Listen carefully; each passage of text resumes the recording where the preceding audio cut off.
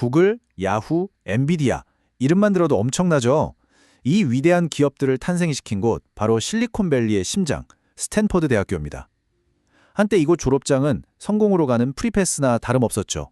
그런데 만약 그 프리패스가 이제는 글쎄요, 휴지 조각이 되어가고 있다면 믿으시겠어요?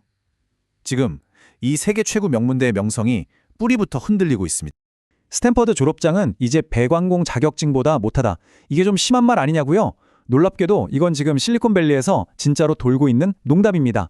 과거에는 정말 상상도 할 수 없었던 이 말이 왜 현실이 되어가고 있는지 그 충격적인 현실을 숫자로 먼저 한번 보시죠.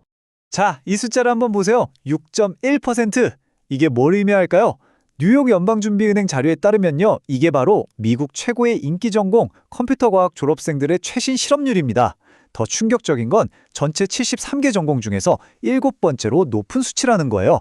가장 유망하다던 바로 그 전공이 말이죠. 그런데 진짜 놀라운 건 지금부터입니다. 이 그래프를 보시면 우리가 흔히 취업 안 된다고 하는 철학과 졸업생의 실업률은 3.2%밖에 안 돼요. 다시 말해서 최고의 엘리트 코스로 여겨졌던 CS 전공자의 실업률이 이제는 철학 전공자의 거의 2배에 달하는 시대가 와버린 겁니다. 아니 대체 무슨 일이 일어나고 있는 걸까요? 네, 이 모든 비극적인 변화의 중심에는 딱 하나의 범인이 있습니다. 바로 인공지능, AI죠. AI가 어떻게 이 똑똑한 인재들의 미래를 송두리째 흔들고 있는지 그 속을 한번 자세히 들여다보겠습니다. 주니어 개발자는 필요 없다. 10명이 하던 일을 시니어 2명하고 AI가 다 해버린다. 한 벤처캐피털 CEO가 한 말인데 지금 현실을 너무나도 냉정하게 보여주고 있죠. 그러니까 아무리 스탠퍼드를 갓 졸업한 인재라고 해도 기업 입장에서는 이제 굳이 비싼 돈 들여서 가르칠 이유가 없어진 거예요. 왜냐? AI가 그 자리를 너무나도 완벽하게 대체하고 있으니까요. 핵심은 바로 이겁니다. 성장의 사다리가 아예 무너져 내리고 있다는 거죠. 예전엔 어땠나요? 선배 밑에서 일 배우면서 그렇게 차근차근 성장했잖아요. 일종의 도제 시스템이었죠. 그런데 이젠 깃허브 코파일럿 같은 AI가 웬만한 주니어 개발자보다 코딩을 더 잘해요. 그럼 기업 입장에선 어떨까요? 당연히 비용을 아끼려고 하겠죠. 그럼 신입들은 배울 기회조차 얻지 못하는 겁니다. 결국 이 슬라이드에 보이는 것처럼 위로 올라가던 그 사다리 자체가 그냥 부서져 버리고 있는 거예요.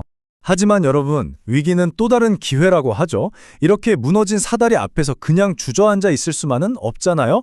그래서 학생들과 대학들도 살아남기 위한 새로운 길을 찾기 시작했습니다. 과연 그 생존 전략은 뭘까요? 이 표를 보시면 그 변화가 한눈에 들어옵니다. 성공 공식이 완전히 180도 바뀐 거예요. 예전에는 CS 하기 따고 코딩 문법 달달 외우는 게 정답이었죠? 근데 이젠 그건 AI가 더 잘하는 영역이 되어버렸어요. 대신에 AI가 할 수 없는 진짜 기술, 그리고 AI를 부릴 줄 아는 새로운 능력, 이런 것들이 뜨고 있는 겁니다. 그 중에 아주 흥미로운 게 바로 바이브 코딩이라는 거예요. 바이브 코딩, 아마 처음 들어보셨을 텐데 말 그대로 바이브, 그러니까 느낌으로 코딩하는 겁니다. 정확한 명령어나 문법을 몰라도 돼요. 그냥 AI한테 이런 느낌으로 앱 하나 뚝딱 만들어줘 라고 지시하는 거죠. 이게 얼마나 큰 변화냐면요. 바로 그 스탠퍼드에서 이제 학생들한테 코드를 직접 짜지 마세요 라고 가르치고 있다는 겁니다.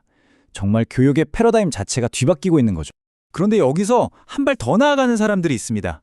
아예 대학이라는 이 전통적인 길 자체를 그냥 거부해버리는 거죠. 낡은 지도는 버리고 완전히 새로운 길을 만들어내고 있습니다.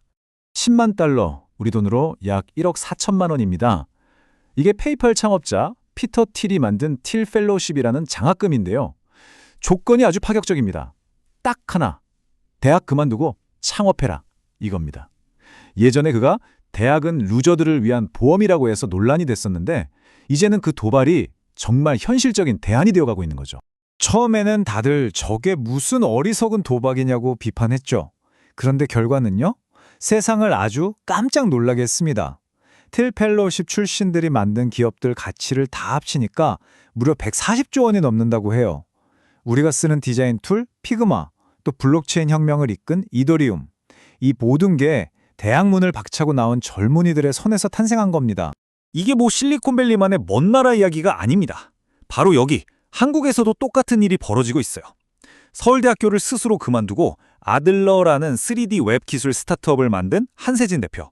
무려 15억 원의 투자를 받으면서 학력이 아니라 실력으로 자신의 가치를 똑똑히 증명해냈죠. 한 대표가 이런 말을 했습니다.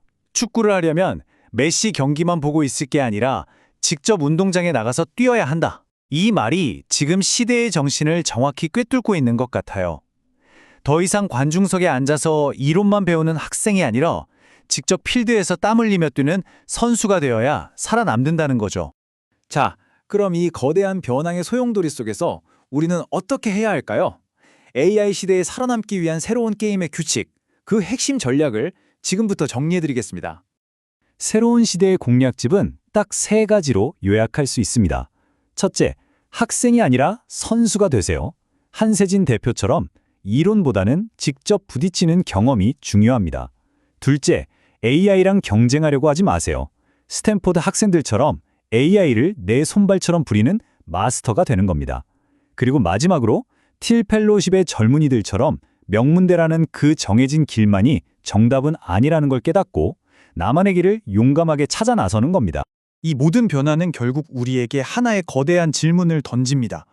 지식을 외우는 게 더 이상 의미가 없어진 이 시대에 과연 대학은 왜 존재해야 할까요? 더 나아가서 진짜 배움이란 건 뭘까요? 우리 인간의 진짜 가치는 어디에서 찾아야 할까요?